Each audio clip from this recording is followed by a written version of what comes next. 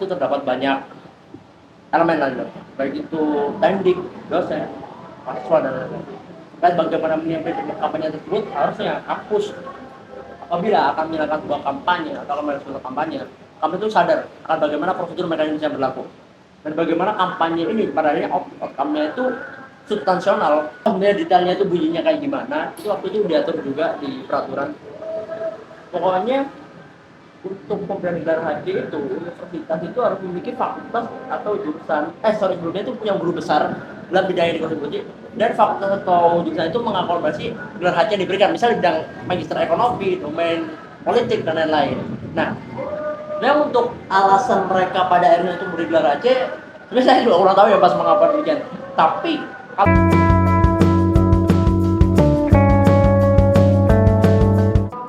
Halo Soka, kembali lagi di acara Madilog tahun ini. Dan pada Madilog tahun ini kita akan membicarakan pada politik di ranah pendidikan bersama Mas Rembo. Mungkin Mas Rembo bisa memperkenalkan dirinya ya? Oke. Halo teman-teman, kenalkan aku Rembo dari FISIP angkatan 2022. Oke, ya, ini bersama Mas Rembo angkatan 2022 dan kita di sini akan bicarakan tentang politik. Tapi sebelumnya mau nanya dulu Mas, sejauh ini apa kabar gitu loh? Sama pendidikan selama ini gitu? Alhamdulillah lagi sibuk UAS sih Mas kebetulan. Oh, udah mulai UAS ya? Ya, Udah Mas mulai udah UAS. UAS juga belum nih? Aku UAS belum. UAS aku base-nya langsung di kampus ngerjain kayak kayak SMA lah gitu. Luring langsung Mas ya? Iya, betul lah.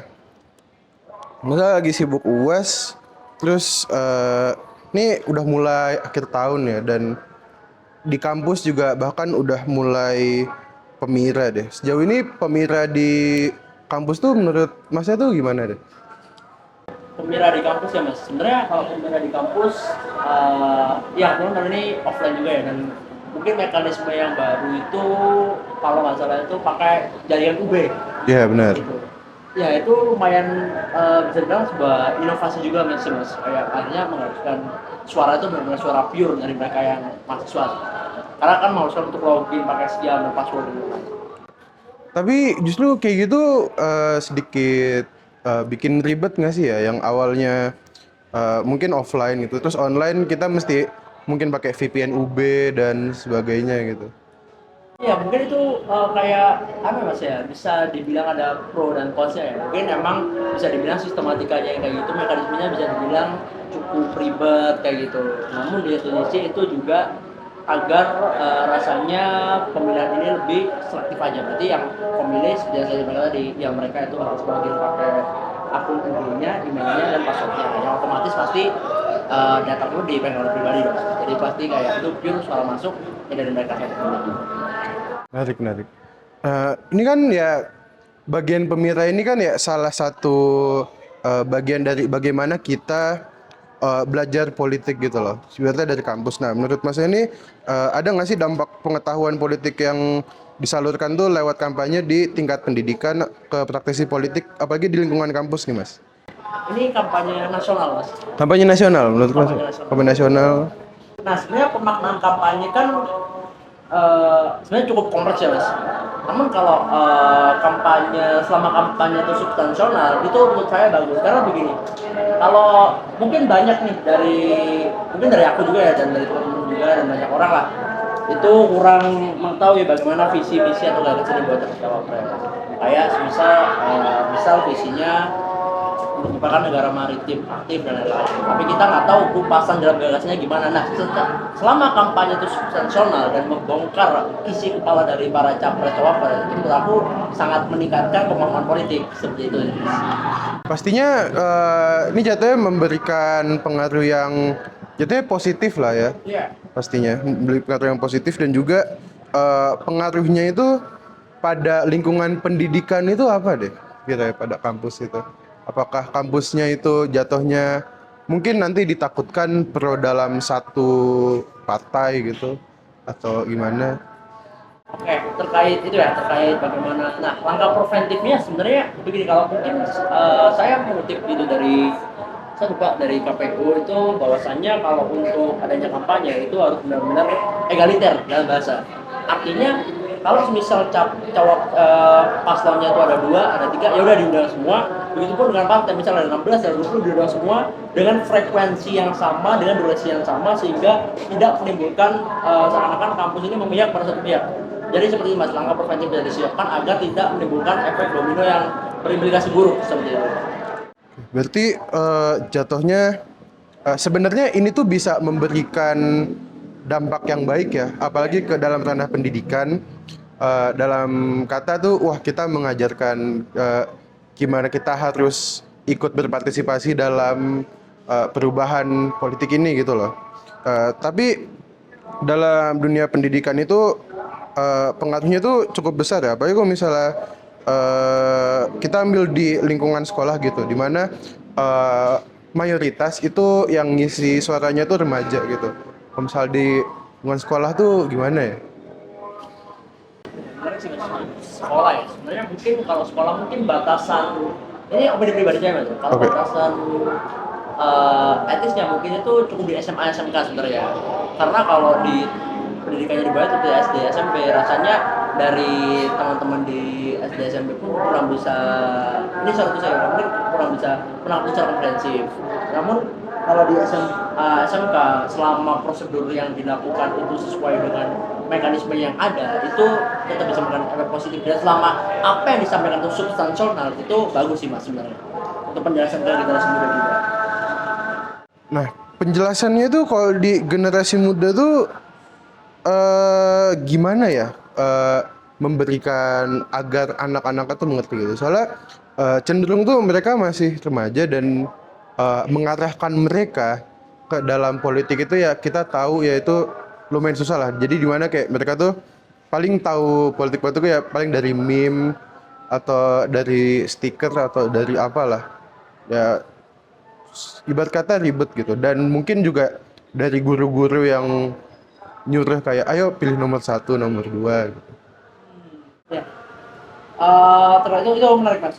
Ya mungkin memang apabila mungkin ke siswa SMA, SMK, mungkin kalau langsung ditanyakan politik itu apa, pasti jawabannya nggak bisa selalu sekomprehensif itu. Makanya untuk mengatasi hal tersebut perlu dilakukan penjelasan awal dulu sebenarnya Mas.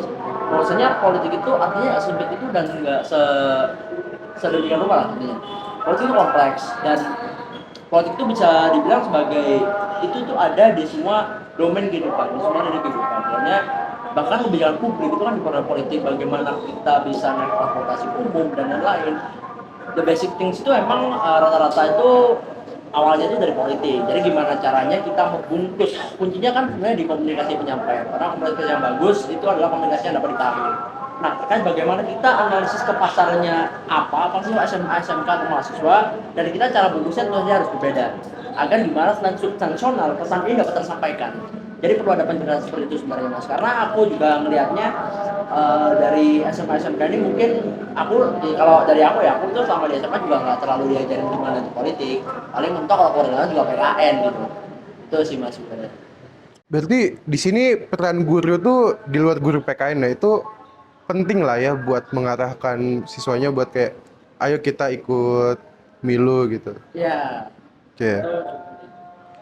Terus kita langsung bicara ke kampanye ya. Di pendidikan itu tuh sekiranya tuh perlu ada batasan nggak sih? Batasan dalam kampanye-kampanye itu. Kita ngomongin selain di lingkungan kampus ya, di lingkungan sekolah-sekolah tadi. Soalnya kita udah tahu ya di mana MK tuh mengesahkan peraturan di mana kalau misalnya kita sudah boleh berkampanye di apa sih di ranah pendidikan gitu. Itu gimana ya? Ada batasannya sendiri gitu atau gimana? Kayak terkait batasnya. Oh, pasca pengasahan MK itu sebenarnya ingatanku tuh ada 2 syarat secara garis besar sebenarnya. Yang seperti saya sampaikan tadi, dan satunya itu bahwasannya apabila emang mau diadakan kampanye di sebuah institusi itu harus dapat undangan dari Undangan? pihak pemimpin, let's say rektor seperti itu. Oke, oke. Jadi itu sebenarnya karena aku kurang tahu secara mendetailnya sebenarnya mekanisme kayak gimana gitu. Tapi mungkin salah satu outcome bagusnya itu seperti yang waktu kalau nggak salah itu di UGM yang debat cawapres. Iya. Ya itu salah satu, apabila itu berhasil diakomodasi dan dikemas dengan baik, jadinya seperti itu bagus.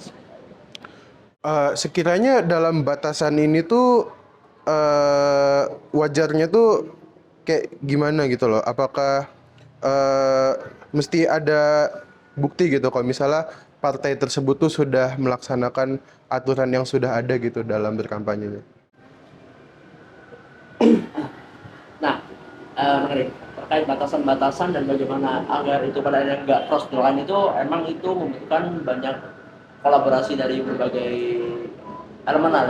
Salah satunya itu adalah partisipasi mahasiswa. Jadi sebenarnya mahasiswa itu juga memiliki peran dalam pengawasan terhadap pemilu.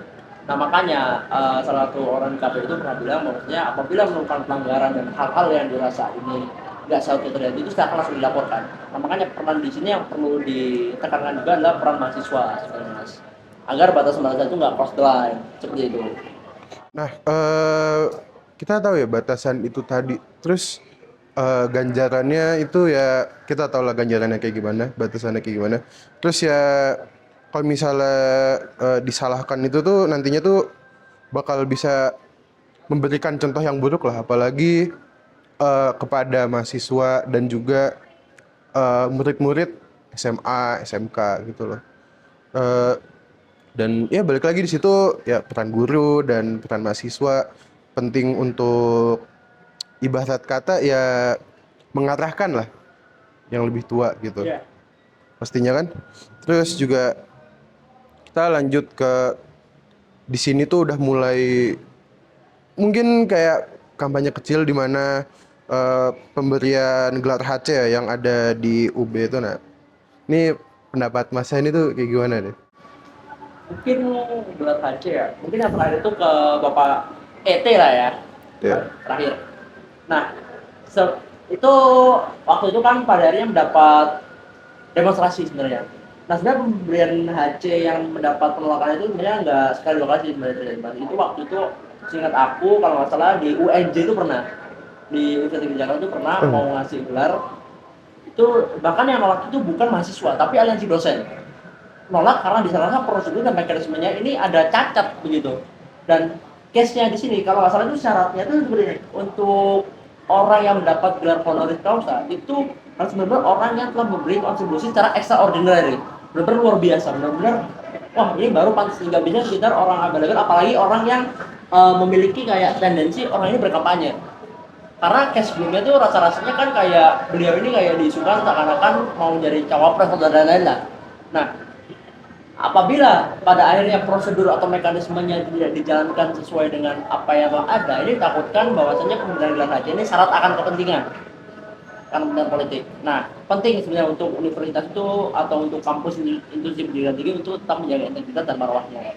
Seperti itu. Dan di UGM itu juga pernah dibuat, kalau nggak salah pernah dipublikasi juga bulan Februari kemarin dari aliansi dosennya itu prolog untuk memberikan gelar honor causa secara bahasa kasarnya itu secara cuma-cuma seperti itu. Terus sekiranya tuh apa ya alasan kenapa univ-univ yang ada gitu di Indonesia tuh memberikan gelar HC ini di luar ya kita nggak tahu ya mereka memberikan dampak apa gitu orang-orang yang berkampanye itu ya apa sih apa yang alasan mereka gitu loh, kenapa mereka memberikan gelar HC tapi ya kayak yang tadi Masa bilang mereka kita nggak tahu mereka bakal melakukan apa yang dari gelar HC tersebut. Misal beliau dapat gelar HC dari ekonomi padahal kita nggak tahu secara ekonomi apa yang dia rubah gitu. Nah ini menarik, ya salah satunya juga itu syaratnya tuh kalau nggak salah nggak semua universitas atau kampus pada akhirnya itu boleh memberikan gelar HC. Nah salah satu indikator yang saya ingat itu bahwasanya ada eh, fakultas atau jurusan yang emang memiliki peran besar dalam itu. Artinya kayak itu, saya lupa sebenarnya detailnya itu bunyinya kayak gimana. Itu waktu itu diatur juga di peraturan. Pokoknya untuk pemberian gelar HC itu universitas itu harus memiliki fakultas atau jurusan sebelumnya itu punya guru besar dalam bidang yang dikonsumsi, dan fakultas atau jurusan itu mengakomodasi gelar HC yang diberikan misal di bidang magister ekonomi, domain politik dan lain-lain. Nah, untuk alasan mereka pada akhirnya itu memberi gelar HC sebenarnya saya juga kurang tahu ya pas mengapa demikian, tapi kalau kita melihat indikasi, pasti indikasinya yang kita berikan ini transaksional, ini syarat akan politik, kayak misal ini orang nggak ngapa-ngapain dan kontribusinya apa, kenapa tiba-tiba dapat gelar HC menjelang momen kontestasi. tentunya itu meninggalkan banyak tendensi, wah ini pasti ada keperbikaan tersebut. Nah, makanya sebenarnya besar harapan bahwasannya seperti contohnya juga engineer UGM, dosen-dosen itu juga memiliki integritas gitu dan netralitas terhadap, ya mereka harus sebagai mungkin dan gimana caranya setransparan mungkin. Di peraturan UB itu juga diatur. Nah, HC itu harus melalui sidang senat kalau nggak salah. Dan emang untuk gelar HC itu kayak Pak Etimar kan bukan alumni UB juga ya, seingat saya. Rektornya kan bukan orang UB juga, dan kita secara mahasiswa ya mungkin nggak tahu juga kontribusi yang telah diberikan itu apa untuk Brawijaya. Nah makanya dituntut juga itu transparansi sebenarnya pemberian gelar HC ini kepada seseorang atau sosok seperti itu. Berarti balik lagi ya ke transparansi, alasan kenapa universitas memberikan gelar HC kepada tokoh-tokoh itu ya. Terus ini ke segmen terakhir ya, dimana kita balik lagi ke kampanye yang di kampus ya. Kampanyenya itu pastinya ada izin pihak institusi pendidikan dan sebagainya. Terus tuh bagaimana harusnya kampus menanggapi kampanye-kampanye tersebut? Nah ini kampus, kalau kita bicara kampus kan sebenarnya di dalamnya itu terdapat banyak elemen lain, baik itu teknik, dosen, mahasiswa dan lain-lain. Dan bagaimana menyampaikan kampanye tersebut, harusnya kampus apabila akan menjalankan sebuah kampanye atau melakukan sebuah kampanye, kampus itu sadar akan bagaimana prosedur mekanisme yang berlaku dan bagaimana kampanye ini pada akhirnya outcome-nya itu substansional, yang akhirnya jatuhnya penjelasan dan bukan sekedar kampanye dalam tanda kutip. Misalnya kampanye pilih saya dan lain-lain, tapi kita adu gagasan, kita beda gagasan. Jadi kata kampus ini sebagai epicentrum atau katalisator wadah sebagai penjelasan kepada publik kalau bisa. Karena peran kampus kan ini institusi pendidikan ya, ada marwah yang dijaga, ada integritas yang dijaga. Dan sekarang bagaimana kampus ini bisa mengakomodasi hal tersebut? Ini memang challenging sih sebenarnya, Mas. Dan mahasiswa di sini pun juga memiliki peranan gitu dalam arti pengawasan yang saya sampaikan tadi. Apabila dirasa hal ini telah cross the line, maka silakan harus dilakukan. Dan kampusnya itu dari pihak penyelenggaranya juga. Apabila memang kampanye, silakan registrakan itu secara matang, konsepnya itu secara matang agar nantinya outcome-nya final akhirnya tidak blunder dan emang substansial dan akhirnya bermanfaat. Terus ini tuh pastinya berhubungan dengan netralitas dari pendidikan, yang dimana kita semua tahu loh bagaimana pendidikan itu seharusnya terjadi, dimana pendidikan itu ya kita di sini belajar gitu. Nah, bagaimana gitu loh harusnya tuh bagaimana kita mengolah kampus yang harusnya dia netral sebagai tempat pendidik itu kita kampanyein gitu loh. Bagaimana kalau kampus netral ya? Terkait bagaimana pengelolaan sebenarnya begini. Elemen tersebut harus berani, orang tersebut harus berani. Waktu itu kalau nggak salah, saya juga NJ itu senat atau dekannya gitu ingin melakukan ke ini singkat saya Mas ya, ini correct me if I wrong, Maruf Amin singkat saya. Oke. Waktu itu nggak jadi karena rasanya kontennya ini nggak orisinil. Nah itu waktu itu nggak, bukan hanya Mas ya, dosennya langsung, aliansi dosen itu menolak mengeluarkan sebuah press release atau surat, dosennya kami menolak hal ini karena hal ini tidak memenuhi indikator yang telah ada. Makanya perlu keberanian juga, dan keberanian integritas tentu. Itu dia bisa balik ke individu masing-masing, dan bagaimana akhirnya kesadaran itu terkumpul secara kolektif dan membentuk sebuah gerakan pada akhirnya. Bagaimana kita tetap menjaga marwah dan independensi, integritas suatu institusi pendidikan. Terus kira-kira nih dalam kampanye yang bakal ada di kampus ya, itu bakalan ada nggak sih kampus yang bakal dicap kayak ini kampus pro A, pro B, pro C gitu? Apa justru di situ integritas suatu kampusnya itu main? Menarik. Mas waktu itu sempat nonton yang debat di UGM nggak? Ya nonton sedikit ya. Menurut Mas kira-kira itu UGM itu kelihatan keberpihakan ya? Jujur enggak sih. Nah, Menurut saya enggak. terkait bagaimana agar kampusnya ini bahasa dan tidak terkena labeling atau tidak dicap memiliki tendensi terhadap suatu kubu atau kepentingan. Ini adalah seperti yang apa yang akan dilakukan nggak mungkin ya. Dan waktu itu kalau moderatornya Mbak Nana. Terus bagaimana gagasan-gagasan dari tiap-tiap calon ini dibedah, dikupas sehingga masyarakat secara luas itu tahu Dan bahkan kalau nggak salah itu ada salah satu calon itu malah bisa blunder gitu dibilang. Dia ke profesi A. Nah, akhirnya kita tahu bagaimana calon-calon ini sebenarnya. Nah, terkait kampus, bagaimana kampus bisa membungkus hal itu agar kampusnya tidak terbelit itu terkait bagaimana pembungkusannya, bagaimana rencana strateginya, bagaimana apa namanya ibaratnya perencanaannya, gitu sih, Mas.